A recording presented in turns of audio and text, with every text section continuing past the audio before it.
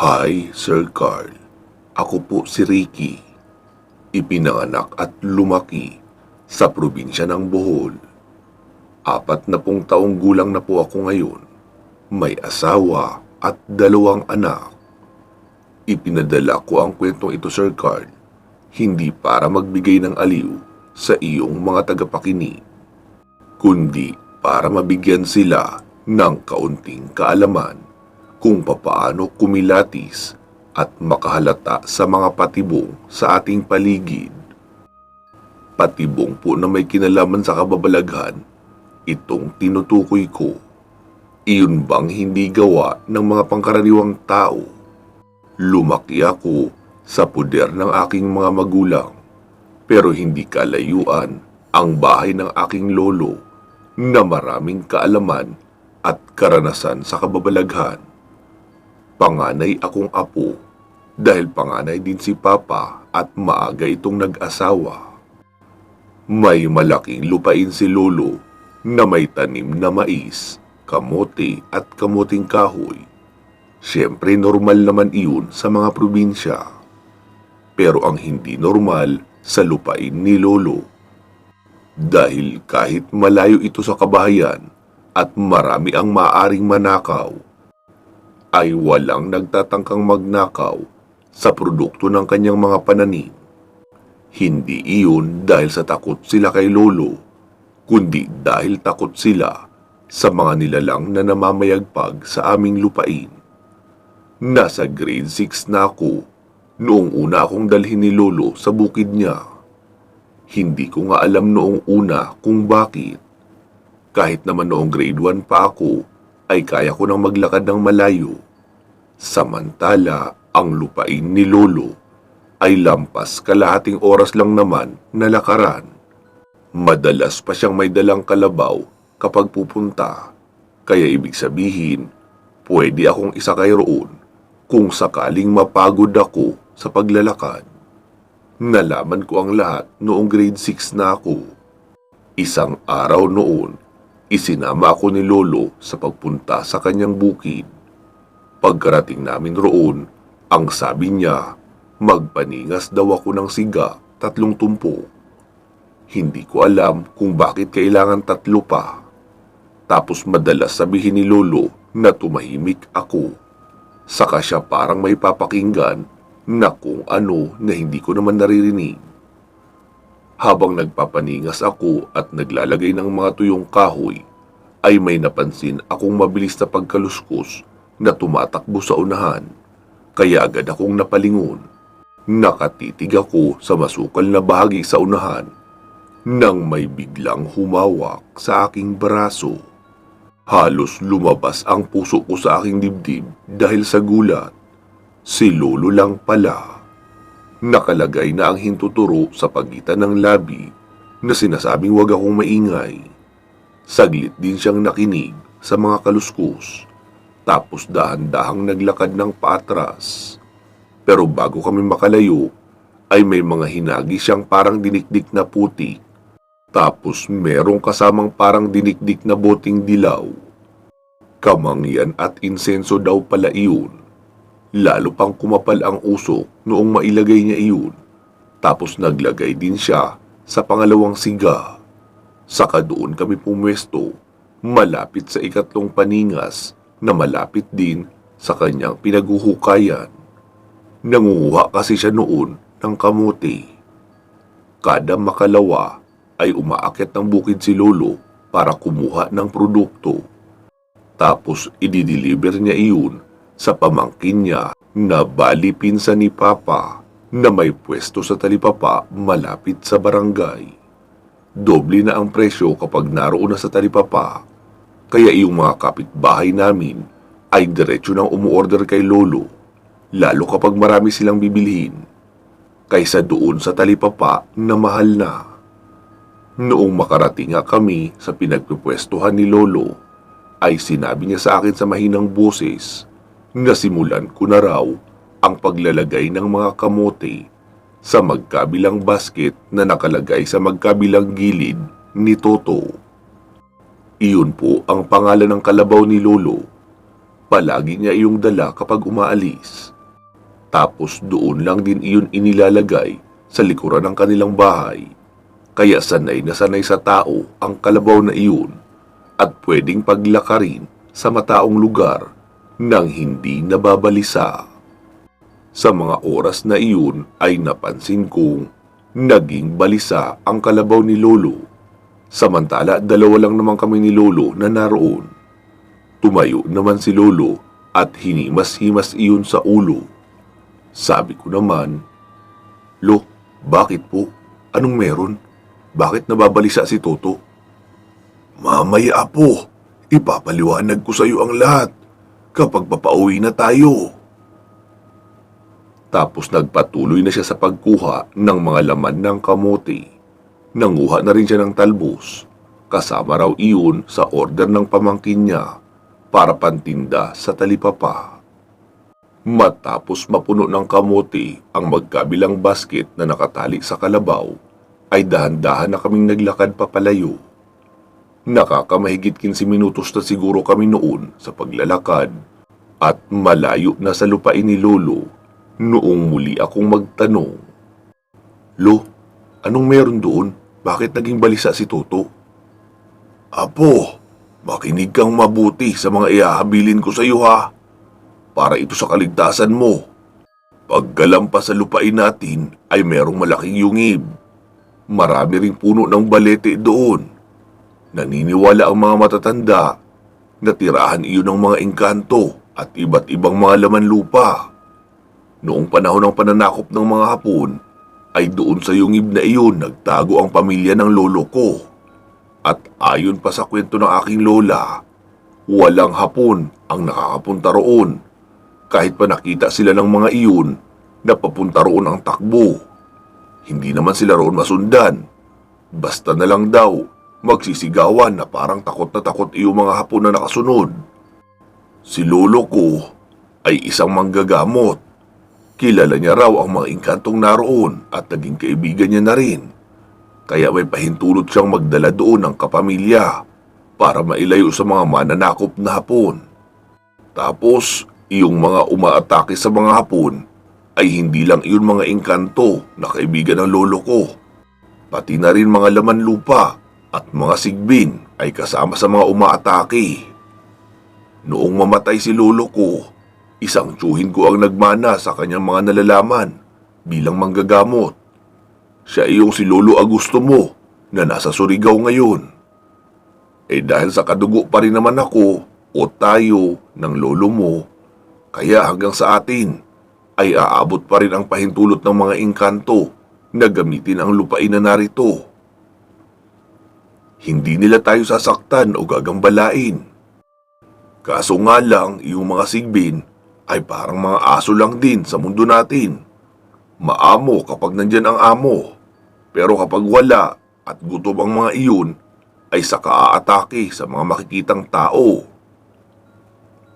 Kung mapapansin mo, yung mga kamote at mais na nasa bandang dulo ay hindi ko hina-harvest. Hinahayaan ko lang iyon doon para iyon sa mga sigbin. Minsan kasi nakikita kong may mga naiiwang pinagkainan at alam kong mga sigbin ang kumain noon. Kaya sinadya kong magtira. Mas mabuti na iyong doon na lang sila banda at huwag nang tumawid pa dito sa may gitna, patungo sa kabilang bahagi. Hello, bakit po kayo nagpapausok at naglalagay noong parang dinikdik na bote? Insenso at kamangyan iyon, apo. Kapag naamoy iyon ng mga sigbin at mga engkanto, ay malalaman nilang narito ako o narito ang isa sa parte ng pamilya ni lolo ko. Hindi nila tayo gagalawin at hindi rin lalapitan ng mga sigbin. Kaso, makulit din ang mga nilalang na iyon. Minsan ay lumalapit pa rin talaga. Kapag gusto kasi nila ng karne, ay umaatake rin sila minsan sa mga tao o mga hayop. Mabuti sana kung kadugo natin si Toto para maamoy nila na parte ito ng pamilya natin at hindi lalapitan. Maaaring si Toto ang naaamoy nila kaya umaaligid ang mga iyon. Kaya huwag kang pupunta dito, apo ha, nang ikaw lang. Dapat kasama mo si papa mo. At huwag mong kakalimutang ipaalala sa kanya na magdala ng kamangyan at insenso para sa pauso. Elo, paano naman po yung ibang tao kung magpunta sa bahaging ito? Di ang mga engkanto at mga sigbi na ang bahala sa kanila. Hindi rin naman sila dapat na narito dahil tayo ang nagmamay-ari sa dulong bahaging ito. Alangan naman sabihin nilang magtatanim sila sa unahan. Sobrang sukal na doon, mabato at puro puno ng balete. Kaya mga magnanakaw na lang ang magtatangka na magpunta sa bahaging ito. At duda din naman ako kung makakapagnakaw sila ng mahigit pa sa 2 beses nang hindi sila mamamataan ng mga nilalang na nasa paligid. Tatango-tango na lang ako sa paliwanag ni Lolo at nasabi sa sarili ko na kahit pa siguro magkadugo kami ni Lolo ay hindi ako pupunta sa taniman niya. Isa si Lolo Serafin, Sir Carl, sa nagmulat sa akin tungkol sa mga kababalaghan.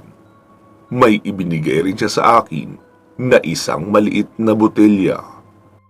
May bulaklak na buhay at ugat ng kahoy iyon sa loob. Noong buksan ko nga minsan ay napakabango noon.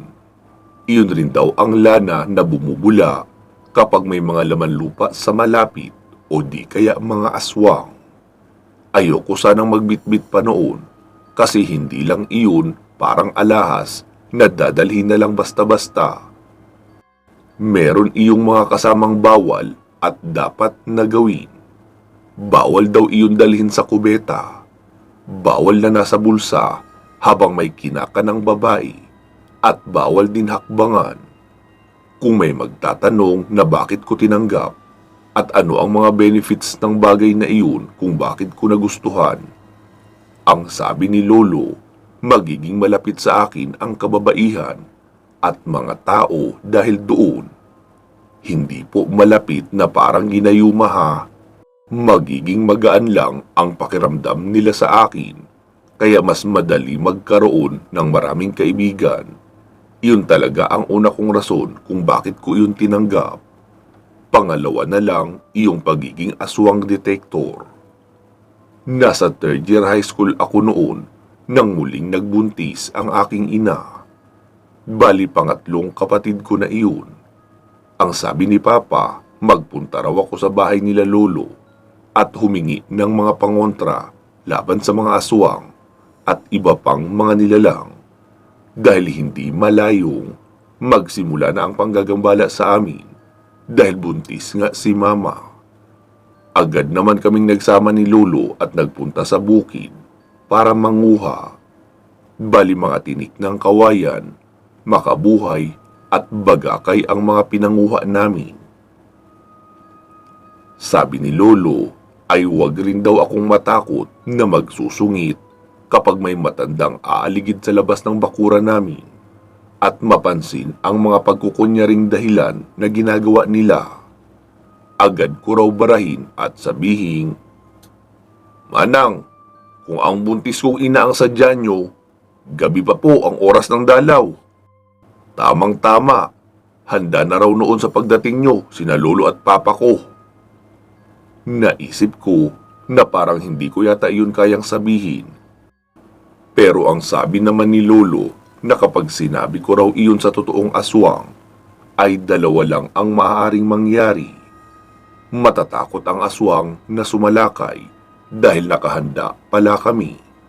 O di kaya magagalit at sasalakay talaga. Pero ang sabi ni Lolo, kahit alin doon ay ayos lang. Para daw makapagbawas pa kami ng aswang sa lugar namin habang medyo may lakas pa siya at kaya pang lumaban. Nasa 5 buwan noon ang pagbubuntis ni Mama nang mapansin ko ang isang matanda na hindi pamilyar sa akin. Halos kilala ko po, Sir Carl, ang lahat ng matatanda sa amin dahil karamihan ay palasimba at nakakasalamuha ko lalo na kapag panahon ng simbang gabi. Meron kasing libreng patinapay at salabat tuwing pagkatapos ng misa. Kaya lahat ng mga taga roon ay makakasabay mo sa pagmimerienda after ng misang ginaganap. Ang matandang nakikita ko ay sobrang misteryosa ng dating. 2 hanggang 3 beses siyang daraan sa harapan ng bahay namin. Tapos sa hapon ay ganun din. Hihinto lang siya at tititig sa mga bintana na parang may hinahanap. Tapos aalis na rin naman maya-maya. Hanggang sa isang araw, naroon noon si Mama nagluluto sa kusina. Ako naman ay nagbibiyak ng panggatong sa may harapan ng bahay namin. Naroon ako sa may bandang gilid, kaya agad kong nakita ang matanda. Lumapit na talaga siya sa may pintuan ng bakuran at papasok na. Noong sabihin kong, "Manang, ano po yun?" Gulat na gulat ang matanda, tapos nagpunas ng labi, saka natatarantang dumampot ng kung ano sa loob ng kanyang dalang bayong. Iyo, nagbebenta kasi ako ng gulay. Baka gusto ni mama mo." Sabi ko naman, "Hindi po, may sarili po kaming tanim ng mga gulay sa likuran." "Mura lang ito, iyo. Presyong pamigay na lang." "Pasensya na po talaga. May ulam na kami. Baka masira lang yan. Sa iba na lang po." Magalang na sagot ko pa. Tinignan ako ng masama ng matanda. Tapos sinabi noon, "Wala kang respeto sa mga matatanda. Bastos ka! Ibinibigay na nga lang, ayaw mo pang kunin." Doon ko na naisip na hindi siya pangkaraniwang matanda, kundi isang aswang. Dahil hindi naman talaga siya nagtitinda ng gulay. Ilang beses ko siyang nakitang dumaan sa bahay. Wala naman siyang binibentang kahit ano. Tapos noong makita niyang naroon si Mama, biglang ipinagpipilitan niyang tanggapin ko kung anong gulay ang naroon.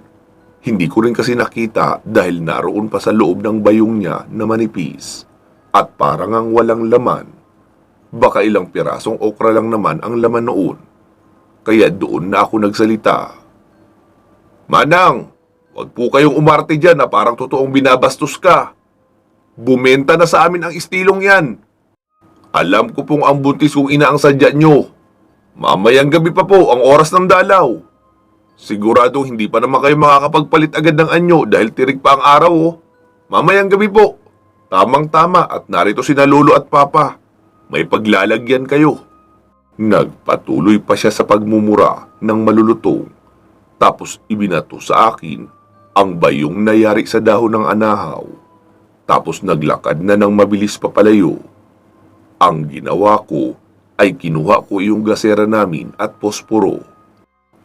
Inihagis ko ang bayong sa labas ng bakuran, pero sa may tapat lang din.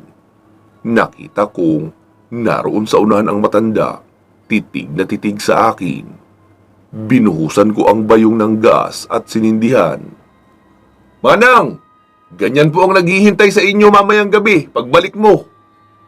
Pasigaw na wika ko pa. Lalo pang bumangis ang itsura niya kahit nasa malayo. Tapos naglakad na ng mabilis hanggang sa hindi naabot ng aking tanaw. Tapos dumating naman si Papa mula sa pamamasada ng tricycle. "Oh, ano yan anak? Bakit ka dyan nagsusunog? Ano ba yung sinusunog mo dyan?" Sabi ko naman, "Bayong yan pa noong matandang aswang na nagpipilit tanggapin ko yung ibinibigay niya para raw kay mama. Sinabihan kong alam kong aswang siya, kaya galit na galit. Ibinato yan sa loob ng bakuran natin. Kaya ipinakita ko rin sa kanya na sinunog ko sa labas." "Abay, tama yan anak. Di mamayang bago lumubog ang araw, ay sunduin mo si tatay. Forte niya yung panunugis ng mga aswang eh. Siguradong matutuwa si tatay niyan. Parang bumabalik pa naman yun sa pagkabata kapag na-e-excite na pumatay ng aswang na nanggagambala." Nagulat ako sa sinabing iyon ni Papa dahil hindi ko alam na dati palang nanunugis si Lolo ng mga aswang. Kinahapunan noon ay sinundo ko na si Lolo. Tila tuwang-tuwa naman siya. Dahil matagal-tagal na raw siyang hindi nakikipagbanatan sa mga aswang, nag-stretching pa nga, kaya natatawa na lang ako sa kanya. Gamit ang tricycle ni Papa, ay dinala ko na sina Lolo at Lola sa bahay namin.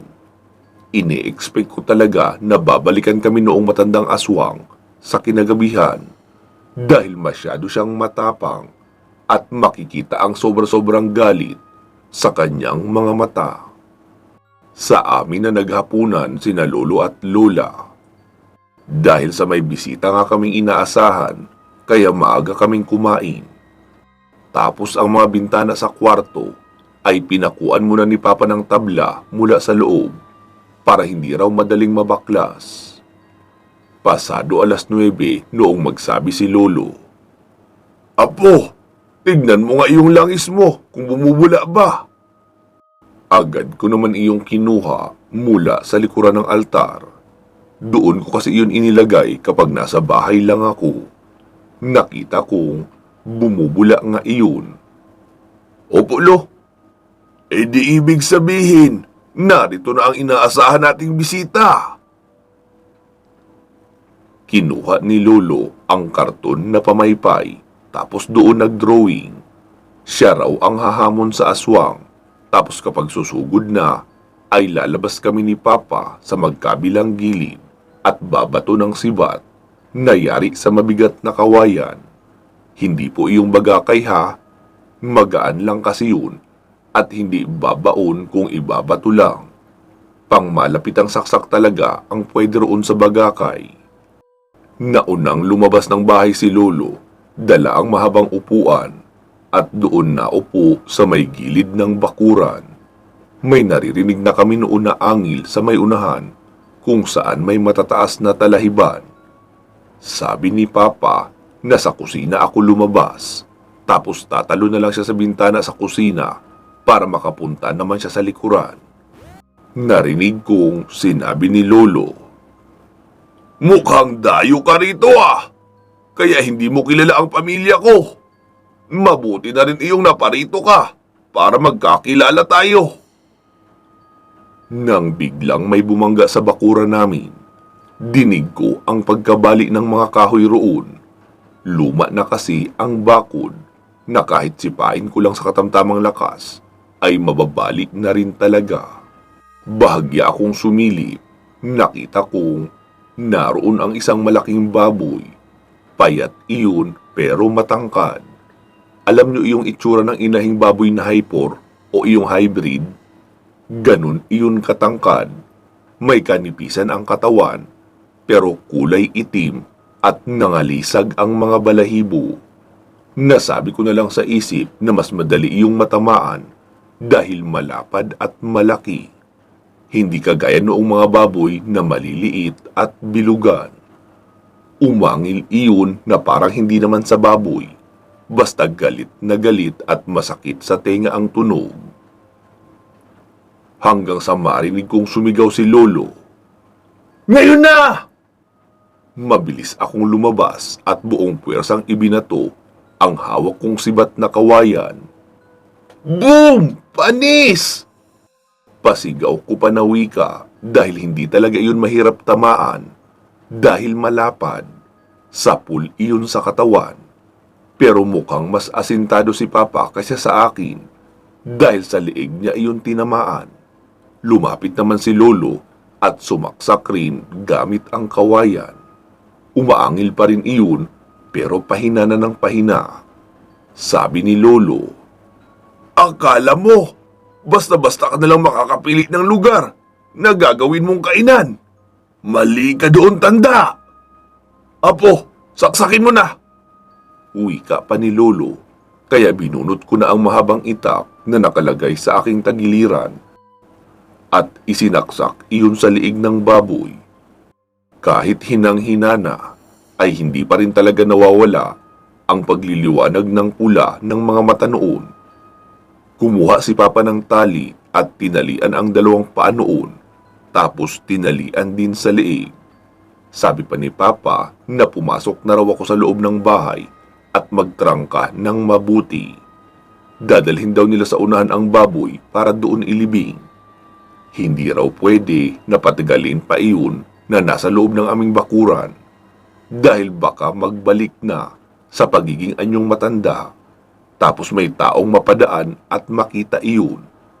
edi isang krimen ang kakalabasan noon. Nagtulungan na ni Papa at Lolo na hilahin ang aswang papalayo. Makalipas ang mahigit kalahating oras ay bumalik na sila. May iniabot sa akin si Lolo.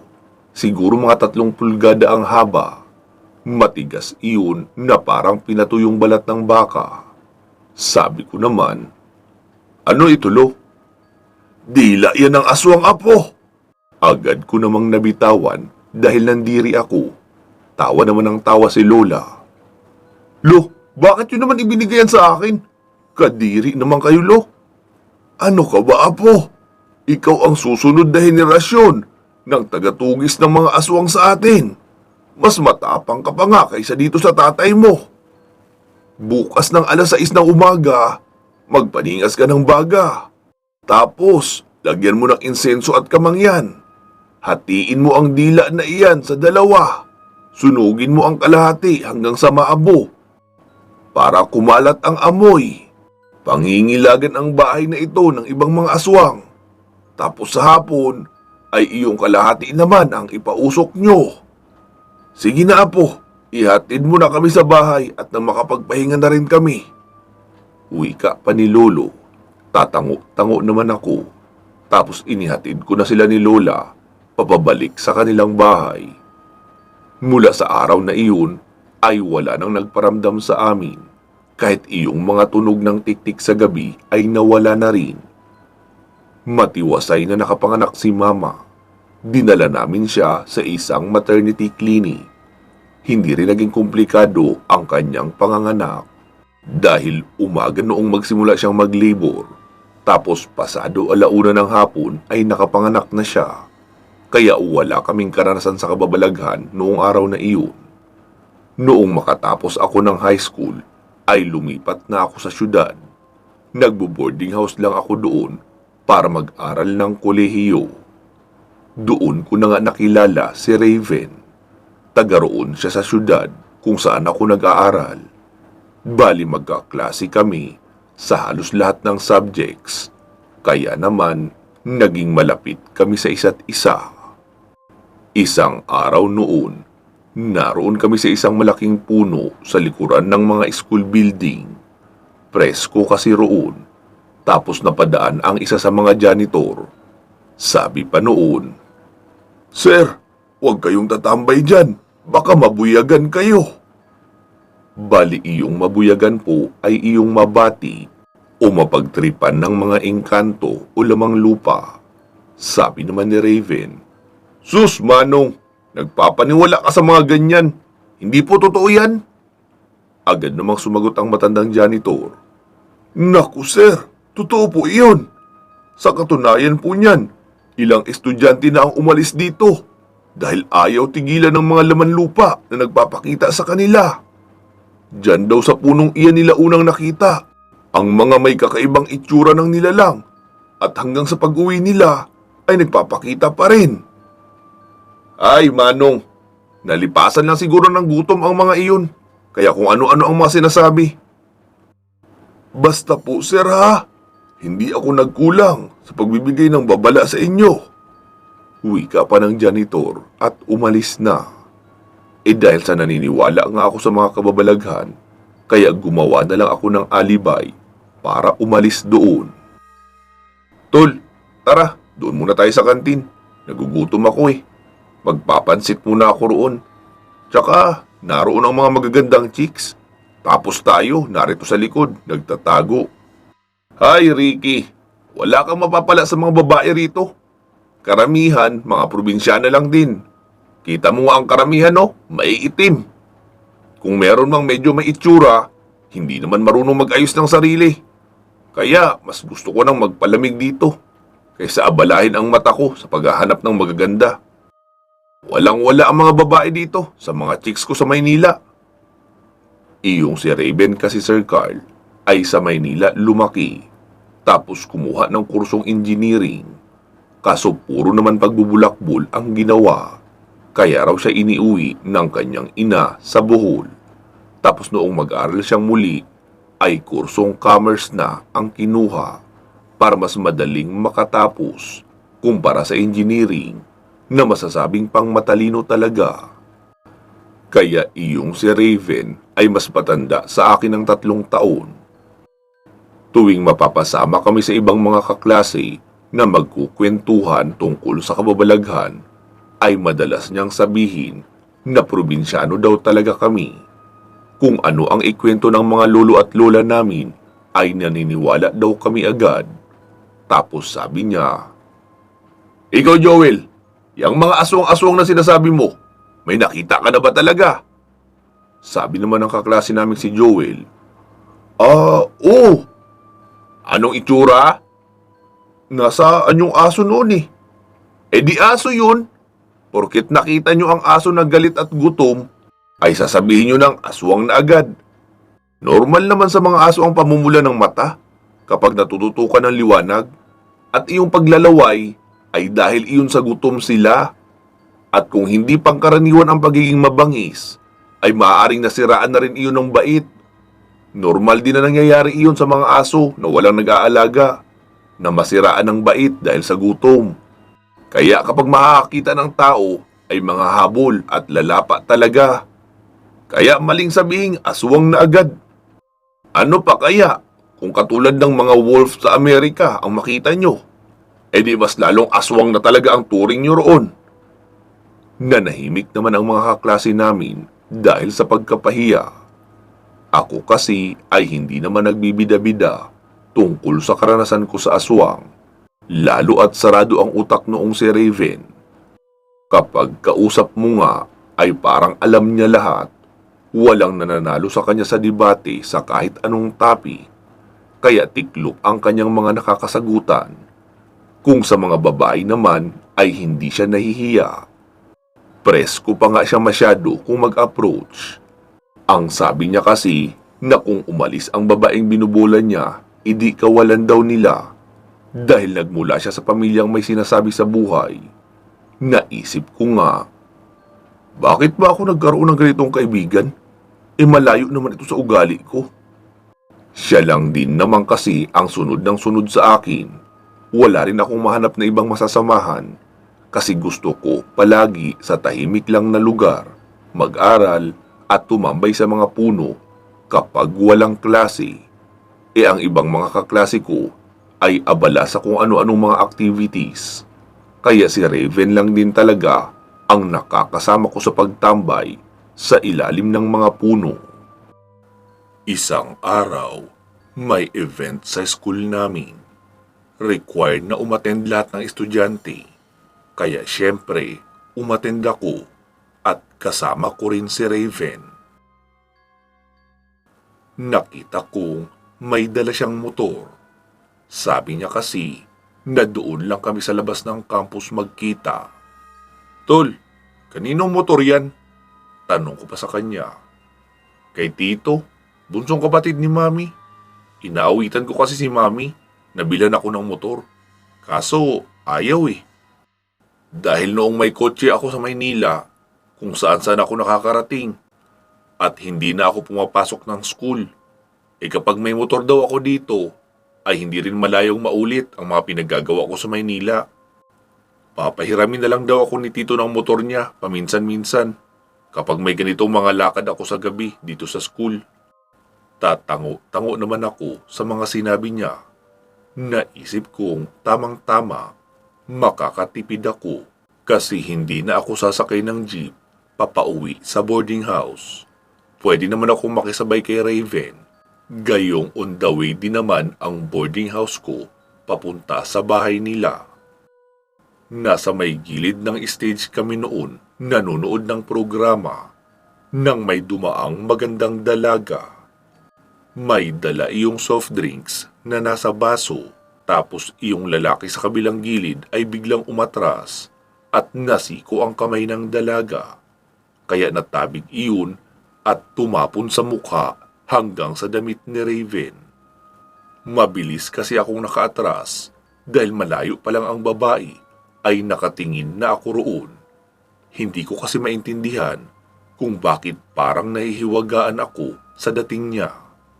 Galit na galit si Raven, at kung lalaki lang siguro iyon, baka nasapak niya na agad. Pero noong umangat ng tingin si Raven sa dalaga, ay tila namalikmata ako. Para kasing saglit na nagbago ang kulay ng mga mata ng dalaga. Tapos ang bait na ng approach niya.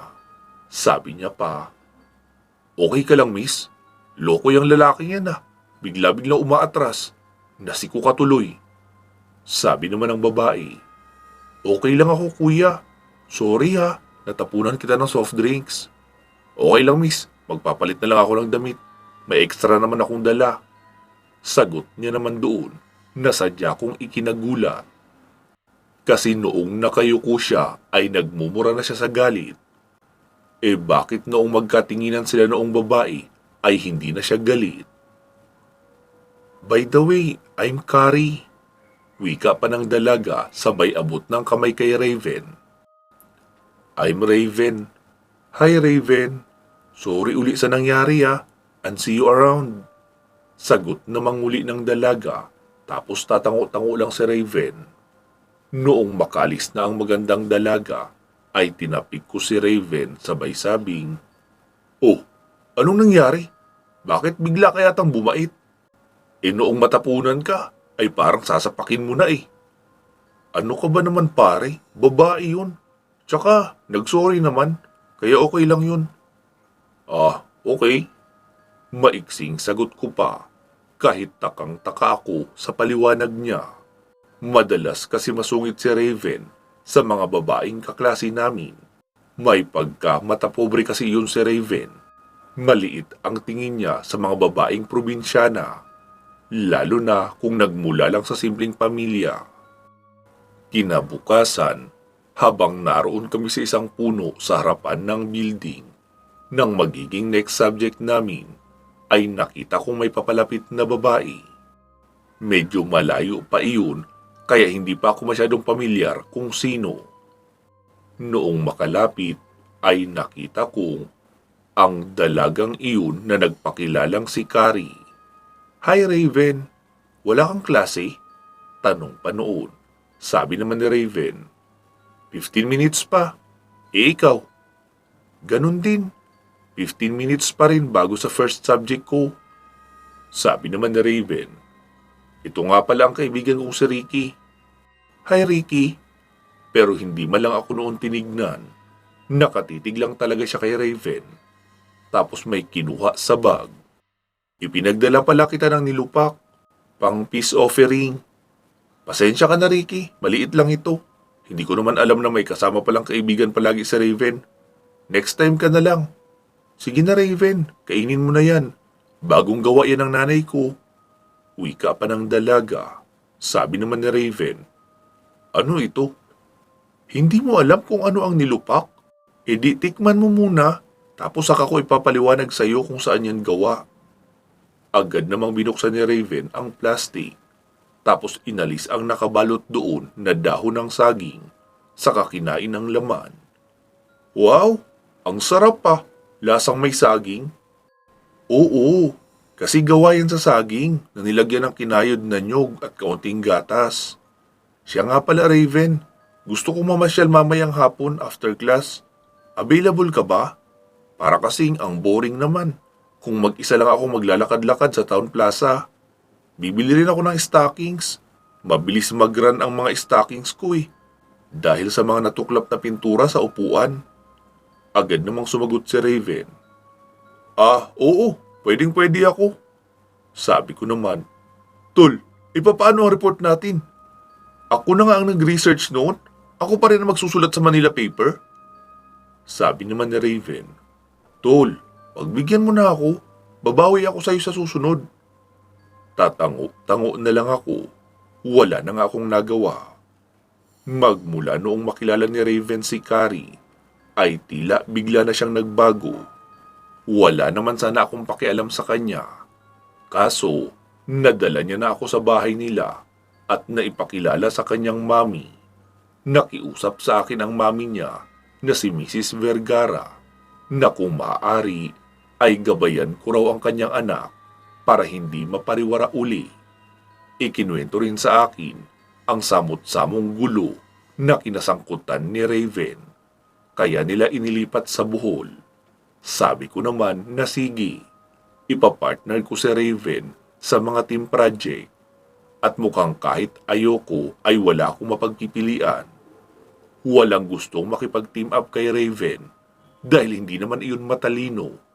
Arugante lang magsalita pero sabaw naman ang laman ng utak. Kinahapunan, bago kami naghiwalay ni Raven, ay binigyan niya ako ng 500 piso para raw iyon sa effort ko sa pagsusulat sa Manila paper. Dapat kasi trabaho niya na iyon. Ako na nga ang nag-research noon ng 2 araw, tapos ako pa rin ang magsusulat. Tinanggap ko na rin ang pera. Kahit papaano, 1 linggong panggasto sa pagkain ko na rin iyong 500. Magkano lang naman kasi ang bigas. Nagsasaing kasi ako sa boarding house. Tapos sa ulam naman ay madaling bumili ng sardinas kapag gusto kong makakain agad. Kung gusto ko naman ng medyo masarap, ay bumibili ako paminsan-minsan sa karinderya. Hindi ko alam kung bakit habang ginagawa ko ang visual aid namin na Raven, ay panay ang kabog ng aking dibdib. Si Raven at si Carrie ang iniisip ko. Hindi ko naman type si Carrie. Ayoko nga ng aura niya. Kasing aura niya iyong matandang aswang na pinatay nila lolo. Hindi ko rin dinadala masyado ang botelyang lana sa school dahil ko sa iyong umaapaw, di babakat sa bulsa ko ang langis. Magmumukha akong umihi tuloy sa pantalon. Magmula noong mamasyal sina Raven at Carrie, ay malaki na ang ipinagbago ni Raven. Hindi nga ito pumasok noong mismong araw ng pagre-report namin, kaya sumakit ang pangako sa kakasalita sa gitna mag-isa. Mabuti at memorize ko naman iyon lahat dahil ako lang din naman mag-isa ang gumawa. Madalas ko nang makita si Raven at Carrie na magkasama sa school, pero hindi naman siya pumapasok sa mga subjects. Kaya nilapitan ko sila minsan sa kanilang tambayan sa ilalim ng punong kahoy. Raven, pare, anong nangyari? Hindi ka na pumapasok. Solo ko na tuloy ang reporting natin noong isang araw. Ano ka ba, tol? Kaya mo na yun? Ikaw din naman gumawa noon, di ba? Sabi ko naman. Tol, mukhang hindi maganda ang impluensya sa'yo ni Carrie ah. Hindi ka na pumapasok sa mga subjects. Wika ko pa dahil medyo nainis nga ako sa pagre-report ko na mag-isa. Tila hindi alintana ni Raven ang sinabi ko. Tapos may ibinulong si Carrie sa kanya. Bigla siyang tumayo at sinapak ako. Huwag ko raw masasabihan ng masamang bagay ang girlfriend niya. Kung hindi ko raw kayang tanggapin na may girlfriend na siya, ay wag na akong lumapit sa kanya. Hindi ko na siya sinagot. Inisip ko na lang na mukhang nagbalik na ang dati niyang ugali na sinasabi ng kanyang mami noong naroon pa siya sa Maynila. Doon na nga ako nagsimulang lumayo kay Raven. Lumipas ang ilang araw. Naglalakad ako sa labas ng campus at patungo na sa entrance para pumasok na sa mga klase ko. Nang biglang bumukas ang pinto ng isang kotse na nakaparada sa aking tapat. Pagkalabas noong nagbukas ay si Mrs. Vergara iyon. Ricky, pwede ba kitang makausap, iho? Sabi ko naman, oh, Mrs. Vergara, kayo pala. Sabi niya naman, iho, Tita Agnes na lang ang itawag mo sa akin. Tutal, kaibigan ka naman ni Raven. Oras na ba ng klase mo? Hindi pa po, 1 oras pa. Tamang-tama. Tara, doon tayo sa isang kainan. Magmerienda muna tayo. Meron lang akong gustong itanong at ipakiusap sa'yo. Wika niya pa, sabay hila sa akin na nakahawak sa aking braso na para siyang pulis na may hawak na isang kriminal. Pagkapasok namin sa isang snack bar ay kaunti lang ang tao. Doon kami sa may gilid. Iho, anong nangyayari kay Raven? Parang wala na siya sa tamang pag-iisip. Hindi siya araw-araw umuwi. At kung umuwi man, ay tulog agad. At ang hirap gisingin. At kapag kinakausap ko naman, ay parang hindi rumirehistro sa kanya ang mga sinasabi ko. May girlfriend na ba ang anak ko? Ay, opo eh. Ang totoo nga po niyan, madalas ko siyang makita dito sa school. Pero hindi siya pumapasok sa mga subjects namin. Noong nakaraang linggo naman po, nag-report ako mag-isa dahil hindi rin pumasok sa Raven. Diyos ko, ano na naman bang nangyayari sa anak ko? Wika pa ni Mrs. Vergara. Iho, pwede ko bang ihabilin sa'yo na bantayan ang anak ko? Sabi ko naman, hindi ko po siya mababantayan kung hindi siya papasok sa mga subjects namin. Hindi rin po pwedeng sumama ako palagi kung nasaan sila ng girlfriend niya dahil mapapa-absent na rin ako noon sa klase. Mahirap lang po kami, ma'am. Kaya kailangan ko makapagtapos ng pag-aaral. Iho, ganito. Babayaran kita.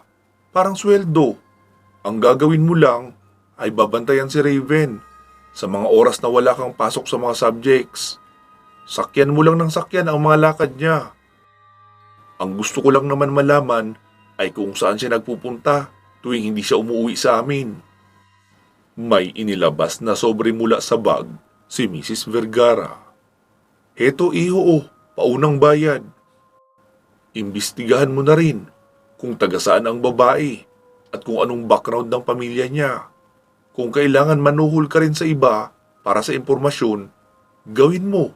Babayaran ko na lang din sa'yo. Tinanggap ko ang sobre at binuksan. Tag-1,000 papel ang naroon. Nanlaki ang mga mata ko dahil 10 iyon. 10,000? Wika ko pa sa isip ko. Parang iyon pa lang ang unang pagkakataon na makakahawak ako ng ganoon kalaking pera sa tanang buhay ko. 3,000 pa lang ang pinakamalaking nahawakan kong cash. Kulang pa ba yan, iho? Ang gagawin mo lang naman ay i-report sa akin ang mga pupuntahan at ginagawa ni Raven. Sabi ko naman, hindi po ba masyado itong malaki, ma'am? Hindi, iho. Gusto ko nang ipakita sa iyo kung gaano kahalaga sa akin ang aking anak. Alam mo naman ang bahay namin. Puntahan mo na lang ako roon kung meron ka nang i-report. Wika pa ng ginang at tumayo na. Inorderan niya ako ng burger at drinks. Pero take out iyon. Tapos siya ay tsaa. Halos nakakailang sipsip pa lang ang tsaa sa kanyang tasa ay iniwan niya na rin. Kaya agad na rin akong tumayo, dala ang take out na pagkain para sa akin.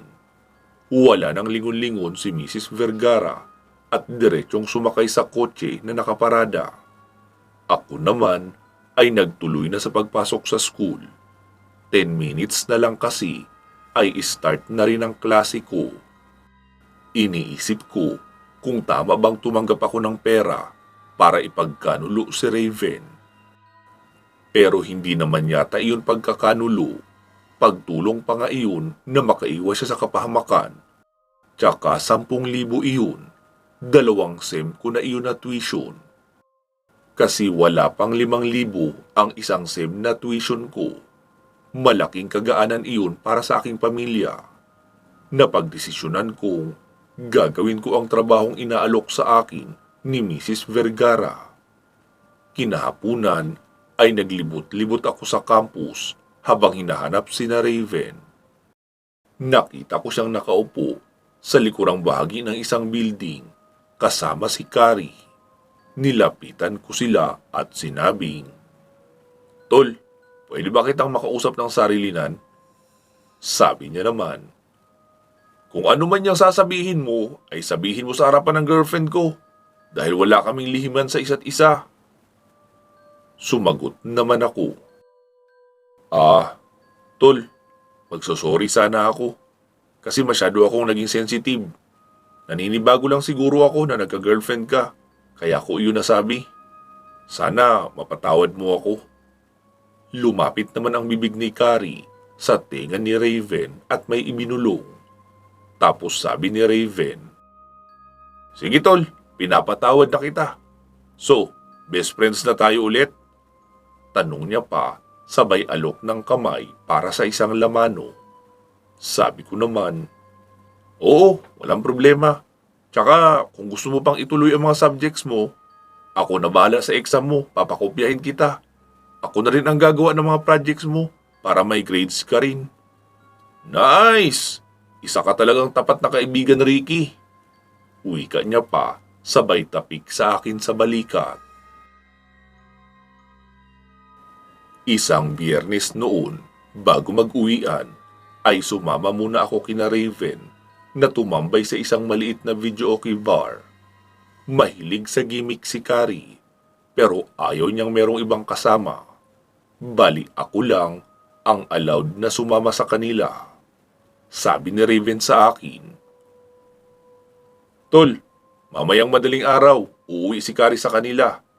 Tapos bukas ng hapon ay susunod ako. Dadalhin ko ang motor ni Tito. Ano, sama ka? Sabi ko naman, sige ba? Anong oras ba? Aalis tayo ng 3:00 ng hapon. Dadaanan kita sa boarding house mo. Sige tol, okay sa akin. Walang problema. Sagot ko naman. Dahil sa wala naman akong budget na pang-inom, kaya kapag sinasama ako nila Raven, ay umuubos muna ako ng 3 beer at kakain ng maraming sisig bago ko sila iwan. Minsan, nagpapa-take out din si Raven ng pansit at manok para may kainin raw ako pagka-uwi sa boarding house.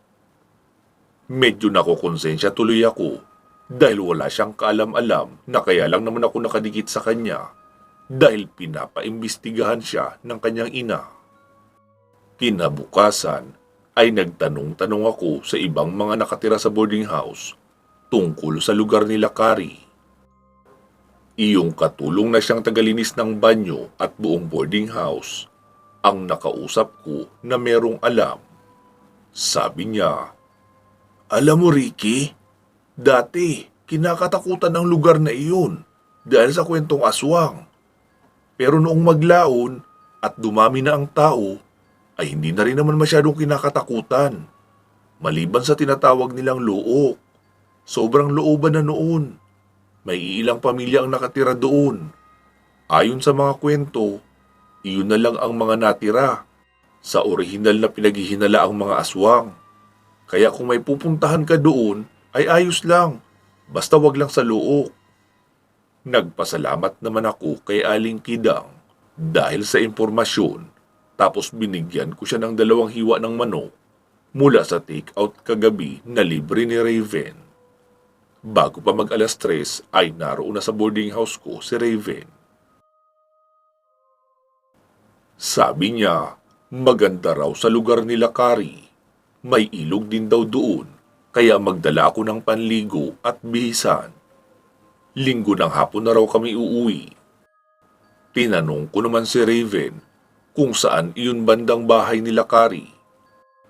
Ang sabi niya, hindi niya raw maalala ang pangalan ng sitio. Pero natatandaan niya naman ang sketch na sinabi ni Carrie kung papaano makarating doon. Umalis na nga kami sa boarding house ko at sinimulan ang biyahe patungo sa lugar nila Carrie. 2 oras din mahigit ang aming biyahe bago kami nakarating sa mismong lugar. Tipikal na barangay ang nakikita ko roon. Akala ko ay doon na. Pero tuloy-tuloy pa rin kami sa pagbagtas ng daan. Nalampasan na namin ang huling bahay na nakita ko. Tul, saan tayo papunta? Nalampasan na natin ang lahat ng kabahayan na. Relax ka lang, Tol. Hindi pa tayo naliligaw. Patuloy lang siya sa pagmamaneho hanggang sa marating namin ang 3 magkakalapit na bahay. Doon siya pumarada sa pinakadulo. Agad ding lumabas si Carrie habang malawak ang ngiti. Sabi ni Raven, sabi ko naman sa'yo Tol hindi pa tayo naliligaw. Sabi naman ni Carrie, tamang-tama ang dating nyo. Kaluluto lang ng ulam. Kakain na tayo agad. Ayos, nagugutom na rin ako. Wika pa ni Raven. Pagkalapit ni Carrie, ay diretsong halik sa labi ni Raven. Turid iyon at talagang nguso sa nguso at matagal.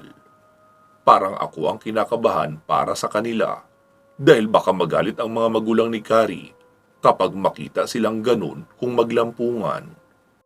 Matapos nilang magsipsipan ng dila sa harapan ko, ay sinabi ni Kari, "Tara na sa loob." Simple lang din ang bahay nila. Halos kamukha lang din ng mga bahay sa bungad. Kaso nga lang, pagkapasok ko, ay sinalubong ako ng kakaibang amoy. Mabaho iyon. Nakakapagtaka nga dahil bakit parang sa loob nagmumula, hindi sa labas. Hindi na ako nagreklamo pa at sumunod na rin pagkapasok ni Raven. Pinadiretso kami sa kusina para kumain. Nakaupo na kami sa lamesa noong lumabas mula sa silid ang mag-asawang mga magulang ni Kari. Ipinakilala naman kami ni Kari. Nagtataka ako dahil parang ang tatanda na nila. Tapos sa kanila nagmumula ang kakaibang amoy. Para tuloy nawala ang gutom ko dahil sa amoy na iyon. Nakakasuka kasi talaga. Isa rin sa ipinagtataka ko dahil bakit hindi iyon naaamoy ni Raven. Wala sa itsura niya na may naaamoy na mabaho. Matapos kaming batiin ng mag-asawa, ay sinabi noon na kumain lang daw kami ng mabuti. Mamaya na raw sila. Nagsimula ng kumain si Raven. Ako naman ay nagsandok ng kaunting kanin. Akala ko noong una ay ginataang gabi ang ulam o iyong laing. Pero noong halukayin ko ang mangkok ay karne iyon. "Kari, anong luto ito?" Tanong ko pa dito. "Dinuguan yan. Si inang mismo ang nagluto. Specialty niya yan." Tatango lang ako habang nagsisimula ng mag-isip ng hindi maganda. Tumikim ako ng karne at kaunting sabaw. Lintik. Muntik na akong masuka sa mismong lamesa dahil sobrang lansa noon. Parang nabubulok na bituka ng baboy tapos niluto pa.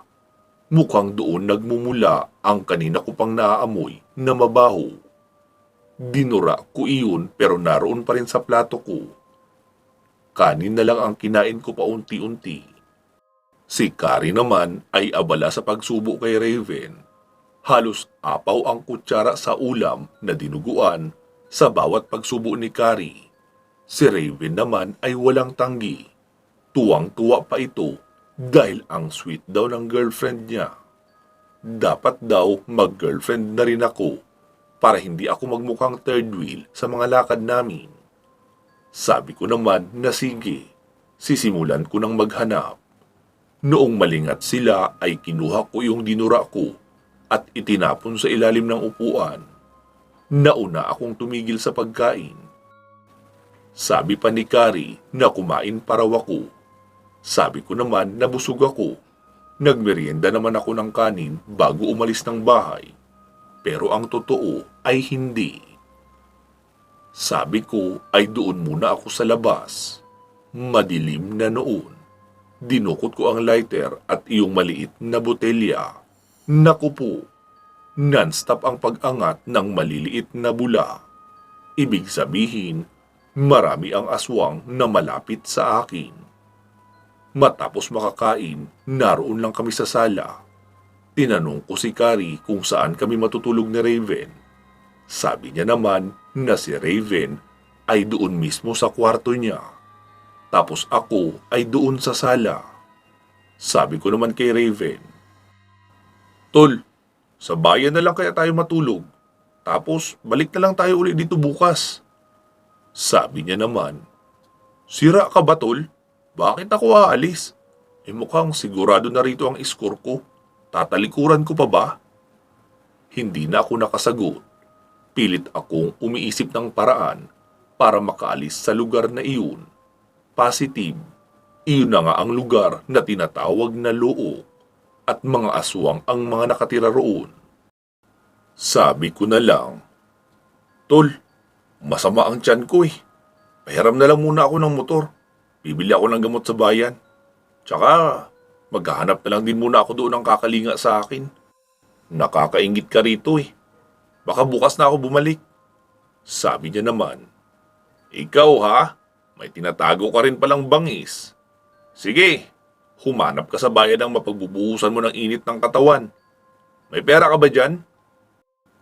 Meron pa naman tol. Mamimili na lang ako ng medyo mura. Pang short time lang. Sagot ko pa sa kanya. Sabay salo ng susi pagkahagis niya. Agad na akong umalis dahil alam kong sobrang delikado na ako roon. Maaaring si Raven ay hawaan lang nila. Pero ako, mas malaki ang tsansang pampagkain ang purpose nila sa akin. Habang nagmamaneho ako ng motor, ay nararamdaman kong may sumusunod sa akin.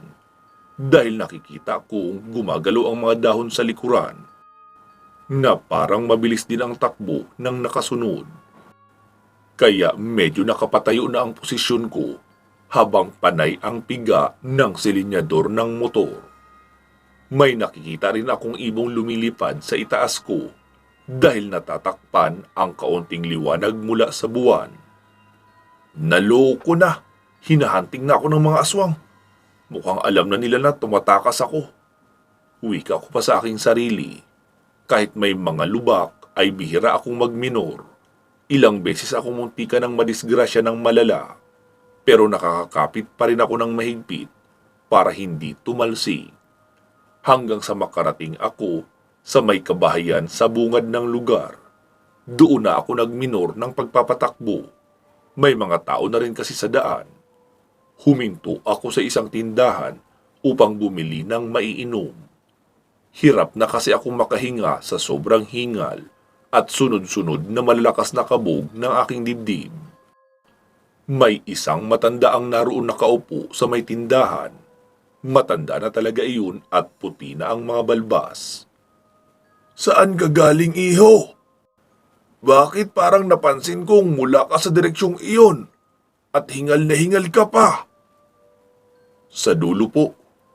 Saang dulo? Iyong 3 bahay na lang po ang meron. Yun bang medyo malayo na rito? Naku iho, sa loo ka pala galing. Anong ginagawa mo roon? Sinamahan ko po ang kaibigan ko. Taga roon kasi ang girlfriend niya. Iho, maupo ka rito sa tabi ko. Wika niya pa. Bakit pulo? Kumain ka ba ng pagkain nila doon? Kanin lang po, dahil iba ang amoy ng ulam mabaho. Ang kasama mo? Naroon pa po, nagpaiwan. Doon daw siya matutulog. Bukas ko na lang siya babalikan. Kumain din ba iyon noong may amoy na ulam na sinasabi mo? Opo marami siyang kinain. Naku iho, wala nang pag-asa ang kaibigan mong iyon. Hindi nyo ba alam kung anong baryo ang pinuntahan nyo? Nagtanong-tanong po ako bago ako nagpunta rito. Ang sabi ng mga napagtanungan ko ay may mga nakatirang aswang daw sa dulong bahagi ng baryong ito. Totoo yun, iho. At sigurado akong bukas o makalawa ay magiging aswang na rin ang kaibigan mo. Ano pong gagawin ko? Baka po pwedeng magpasama sa mga taga rito para masundo ang kaibigan ko. Iho, hindi kami nakikialam sa ginagawa ng mga taga-Loo. Hanggang hindi sila mambibiktima ng taga rito sa amin, ang pwede lang namin gawin ay balaan ang mga pupunta doon. Saglit akong nag-isip kung ano ang aking gagawin. Sige po lo, maiwan ko na po kayo. Wika ko pa at muli na akong sumakay ng motor. Nagpagas muna ako bago ako bumiyahe papunta sa bahay nila Raven. Pasado 11:00 ng gabi na ako noong makarating sa kanila. Agad akong pinagbuksan ni Mrs. Vergara. Pati ang tungkol sa nalaman kong aswang ang pamilya ng kasintahan ni Raven. Kahit gabing-gabi ay nagpaarkilan ng van si Mrs. Vergara. May pinasundo rin siyang 3 lalaki. Hindi ko alam kung mga pulis ba. Kasi may mga inilabas na baril ang 3. Pasado 3:00 ng madaling araw na kami nakaalis upang bumalik sa lugar nila Kari. Bali ang magkakasama ay ako, si Mrs. Vergara, iyong 3 lalaking may baril, tapos isang matanda na sa tingin ko ay isang manggagamot dahil meron siyang mga kakaibang kwintas na suot. Tapos iyong driver. Dahil sa malaki ang sasakyang dala, kaya hindi rin makaharurot ng sobrang bilis, lalo at madilim. Kaya halos mag-aalas 6 na kami nakarating doon. Hindi pa iyon sa mismong tapat ng bahay nila Kari. Pero mga 5 minutong lakaran na lang, hindi na ako sumama sa kanila sa pagpunta sa mismong bahay ni Kari. Sinabi ko na lang kung alin sa mga bahay na naroon ang kinaroroonan ni Raven. Naiwan lang kami sa sasakyan ni Manong driver. Makalipas ang kalahating oras ay nakita kong papalapit na sila Mrs. Vergara kasama si Raven. Pagkasakay sa van ay panay ang mura sa akin ni Raven. Traidor daw ako. Panay naman ang hingi ko ng tawad sa kanya at sinasabing para sa kapakanan niya ang dahilan kaya ko sinundo ang kanyang ina. Pero panay pa rin ang palag niya na parang gusto akong sapakin. Pero hindi niya iyon magagawa dahil katabi niya sa magkabila ang 2 lalaking isinama ni mami niya. Ako naman ay nasa pinakalikod. Kasama iyong isa pang lalaki at matandang albularyo. Idinaan nila ako sa boarding house bago sila nagtuloy umuwi. Muli akong inabutan ni Mrs. Vergara ng sobrang may lamang pera.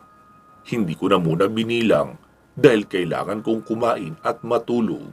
Sobrang antok na kasi ako. Inisip ko kung paano ko matatakasan si Raven. Baka kasi abangan ako pagka-uwi ng boarding house. Kaya agad na rin akong naghanap ng malilipatang boarding house noong sumunod na linggo. Sa tuwing pumapasok ako sa school, ay para akong nagtatago sa batas. Dahil kaliwat kanan ang lingon ko at hindi ako mapakali. Balisa ako siyempre. Dahil baka bigla na lang lumitaw si Raven sa harapan ko at saksakin ako. Medyo iba pa naman ang takbo ng utak niya matapos niyang makilala si Kari. 2 linggo ang lumipas. Hindi pa rin pumapasok si Raven. Nakalipat na rin ako noon ng bagong boarding house. Pero kapag umuwi ako, ay sasakay muna ako ng jeep. Lalampasan ko muna ang boarding house ko. Tapos pagkarating sa dulo, ay saka ako sasakay pabalik pero ibang way naman para mailigaw ko kung may sumusunod man sa akin.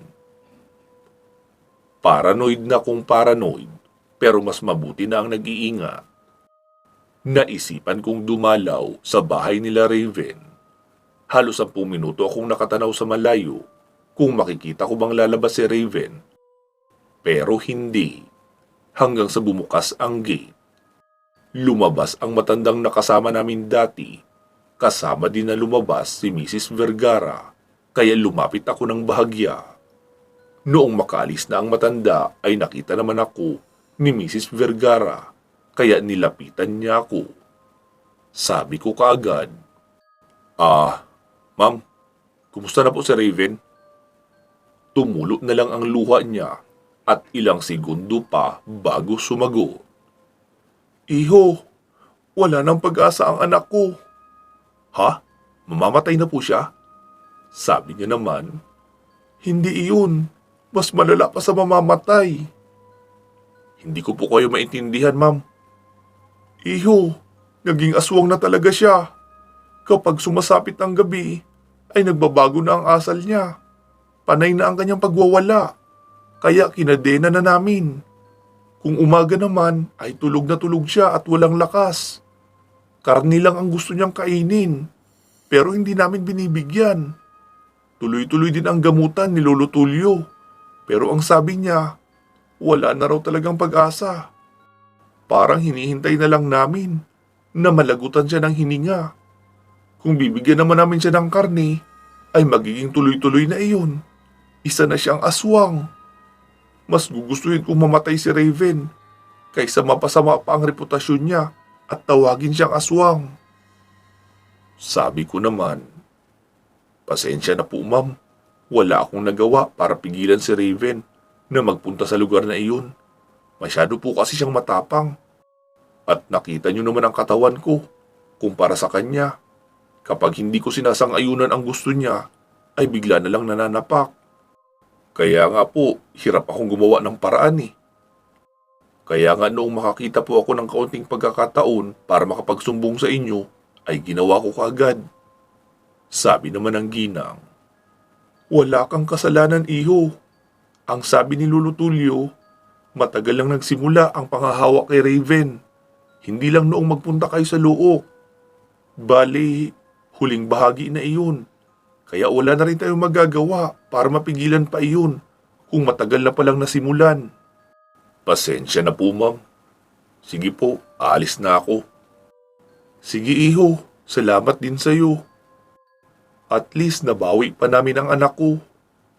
Tumango lang ako, tapos naglakad na papalayo. Mula noon, ay hindi na ako nagpakita pa sa bahay nila Raven. Hanggang sa makatapos ako ng pag-aaral, ay hindi ko na rin siya nakita pang muli sa campus. Hanggang dito na lang po ang kwento kong ito. Naway kapulutan po ng aral itong aking pinadalang kwento. Hindi masamang maniwala kung para naman sa kaligtasan. Lubos na gumagalang, Ricky ng Tagbilaran, Bohol. Mag-iingat po kayo palagi at hanggang sa muli.